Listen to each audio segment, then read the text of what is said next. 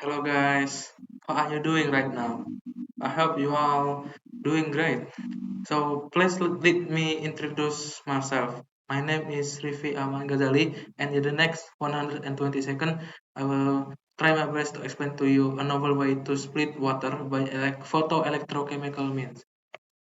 As we all know, water is the most abundant matter in Earth. In fact, 71% of planet Earth's surface is covered by water. Not to mention that the water cycle, natural phenomenon, make these already plentiful resources almost infinite. Why? Well, because no matter how much its species change, it will always contain within the planet Earth's ecosystem. At the molecular level, water is consisted of an enormous amount of discrete particle, that is H2O. As we can see in here, two hydrogen atom is bonded to one oxygen atom. Things that we need is only the hydrogen atom.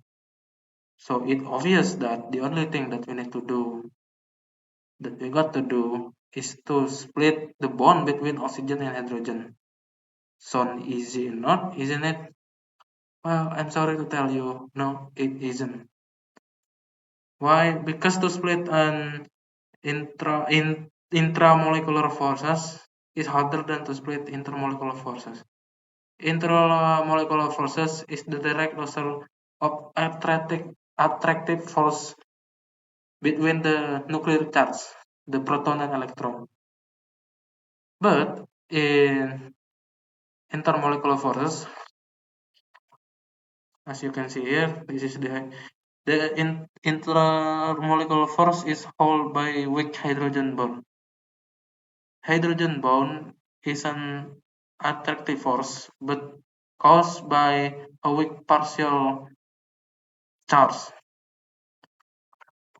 So if I want to convert liquid water to its gaseous form, it is very easy to me to do it. I can use any other household kitchen appliance like kitchen stove, heat it up to 100 degrees Celsius, and this hydrogen bond will split apart easily.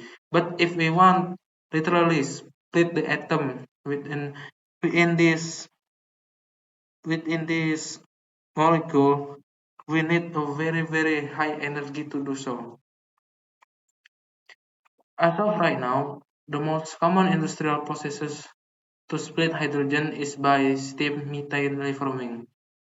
This is where the methane is pumped through pipe to huge tower.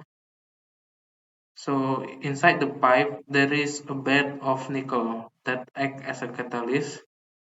Outside the pipe, the huge tower is filled with a superheated steam around 1000 degrees Celsius, and the atmospheric pressure inside those huge tower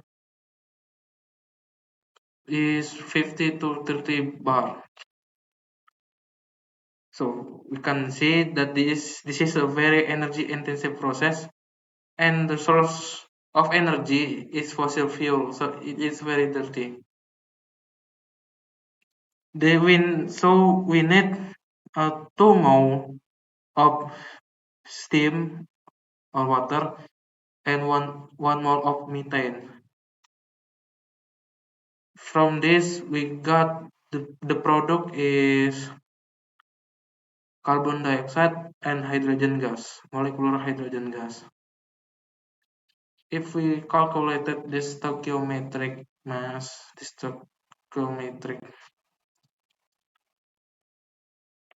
if we calculated the molar mass of the product, carbon dioxide, carbon dioxide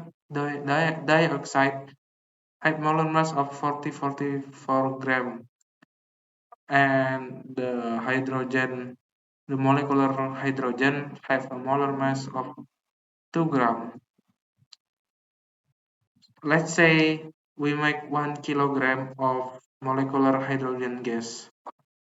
Well, from the previous stoichiometric mass, we know that if we make 1 kilogram of molecular hydrogen gas, we also make 5.5 kilogram of carbon dioxide.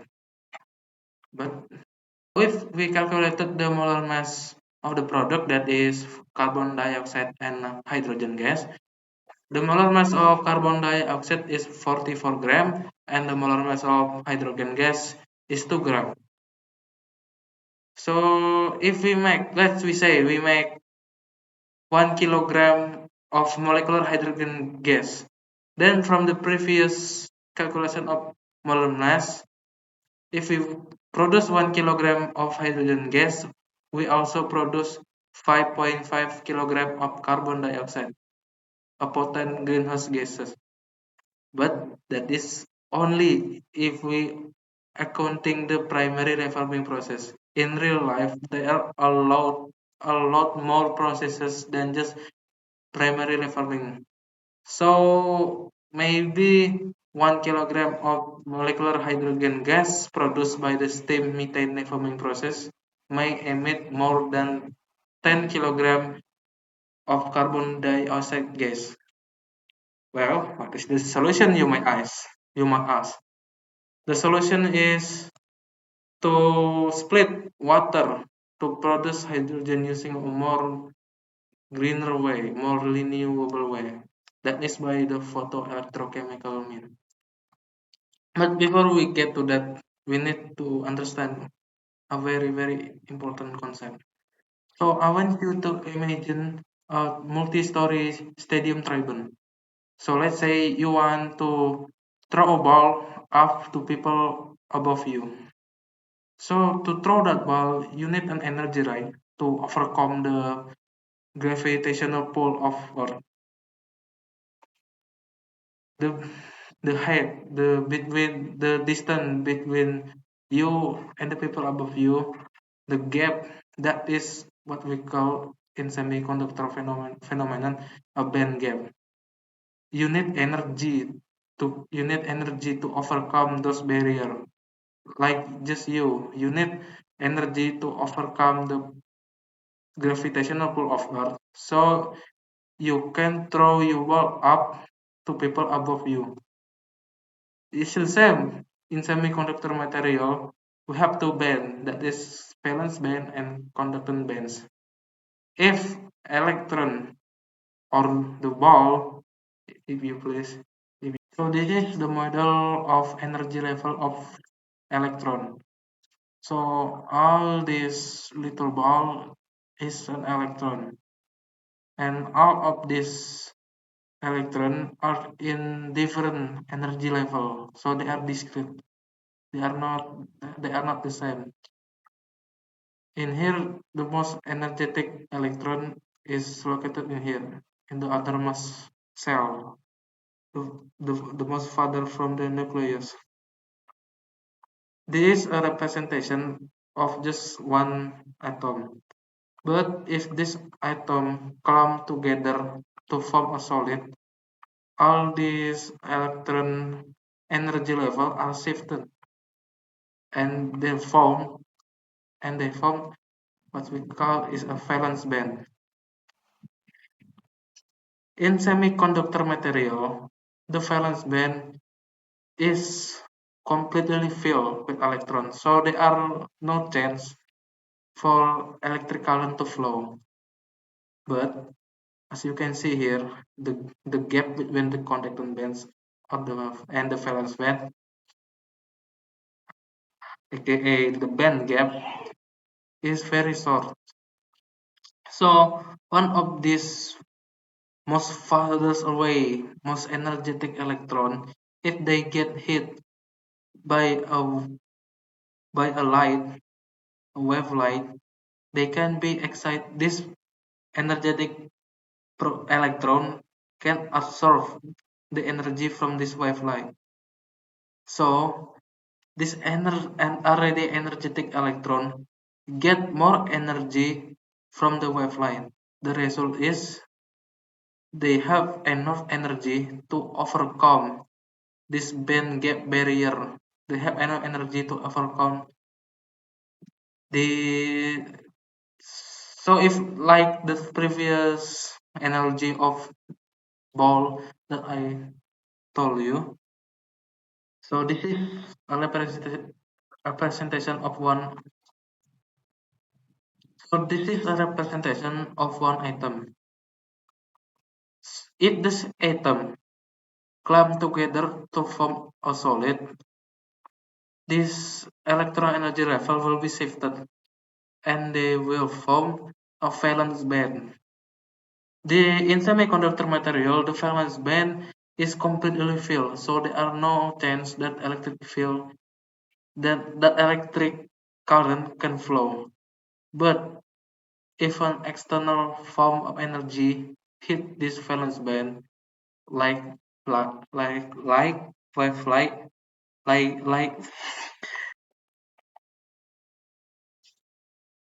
in semiconductor material, the valence band is completely filled with electrons, so there are no chance that electric current will flow.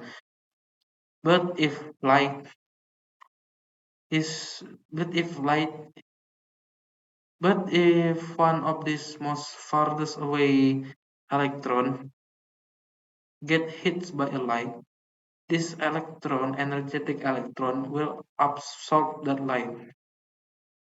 And so this already energetic electron get more energy from the wavelight that hit it. So because they have a tremendous amount of energy, they can overcome the barrier, or as we might call it, the band gap. So they have enough energy to jump to the conductance bands because they have very very high energy. So as we can see, there is 12 most energetic electron that jump from the valence band because they have the right amount of energy to overcome the band gap. So as we can see in the conductance bands, there are a lot empty space that this electron can move around, and they will move accordingly to the electric field. So this is the positive pole and this is the negative pole. But these 12 electrons that have jumped from the valence to the conductance bands, they left an empty hole in the valence band. So this empty hole, because they are division of electron, they can be considered as positive. They have positive charge. They can be considered as positive, having positive charge. So this empty hole can carry a positive charge. Why? Because the the 12 atom below this empty hole will be will be as the 12 most energetic electron that have overcome the band gap barrier now have jumped to the conductance bands, and they have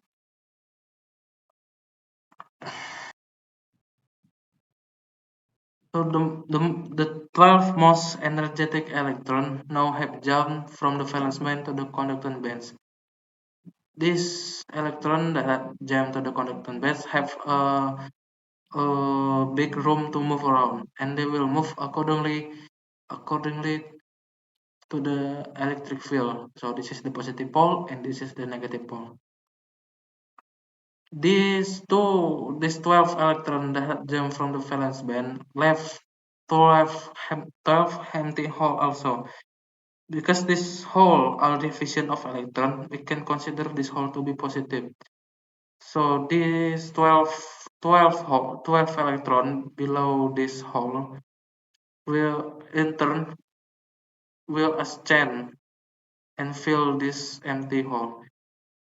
But this second level second electron position will now be also be a hole, and so on and so on and so on. So we can think of this hole as a positive charge carrier because If this hole is empty, another electron will fill it, and that previous electron that fill is empty hole will also create an empty hole in its position, in its original position, and the electron next to it will in turn fill that hole, and the original position of that electron will also be a hole, and this cycle will be,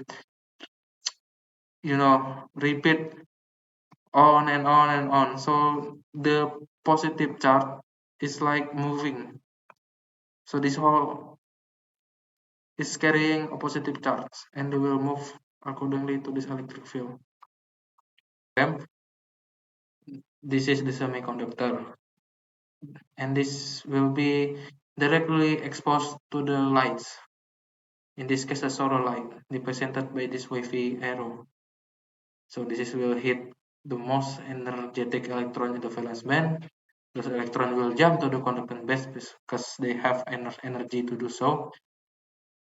So in the valence band, they will leave an empty hole that have a positive charge. This positive charge will then rise through to the semiconductor surface to do an oxidation reaction. They will oxidize H2O to oxygen and hydrogen ion. So basically, when you expose this semiconductor, this this is this big wall semiconductor, usually they will in like second they will be start to bubbling. That is the oxygen gas.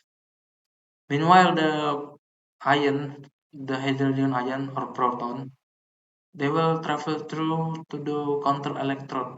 They will be reduced to make pure molecular hydrogen gas.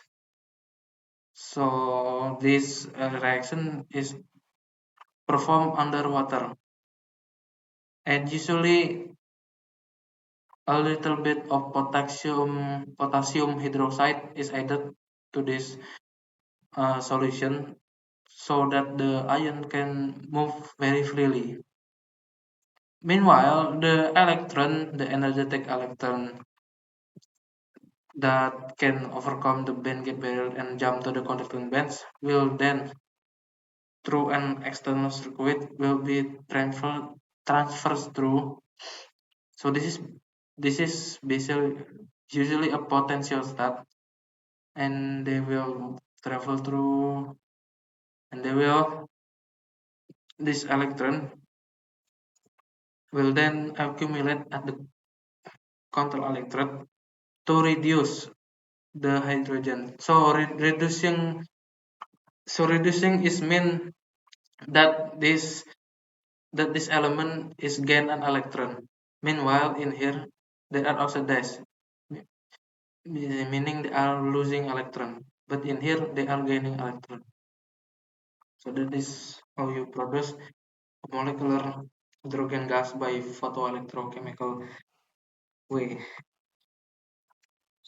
So maybe I can show you the real cell. So this is the real cell.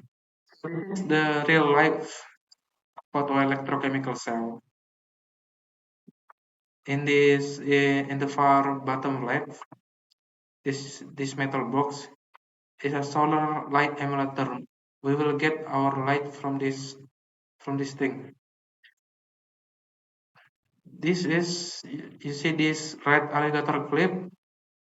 Yes, this alligator clip is connected to the photoanode, the working electrode. This is where the semiconductor material is placed. So if this this solar light simulator is turned on, we will, like in 2 seconds maybe, we will almost immediately we will saw a bubbling. That is the oxygen gas from the oxidizing reaction. Then those electrons will travel through to the external circuit, and we see in this alligator clip we have two wire. They are this one is the drive, this is the working drive clip. This is used for transferring the electron. So this is the one for transferring the electrical current. And there is and this second wire is a sense wire. This is used for measuring the potential between this electrode, this working electrode, to this white electrode. This white electrode is called a reference electrode. So this is some way our reference to measure our potential, and then all of this will be connected through to potential that. Unfortunately, we cannot see the potential that, but I think there must be back in here, and the and the and this green and this blue wire, this and this blue clip is I think this is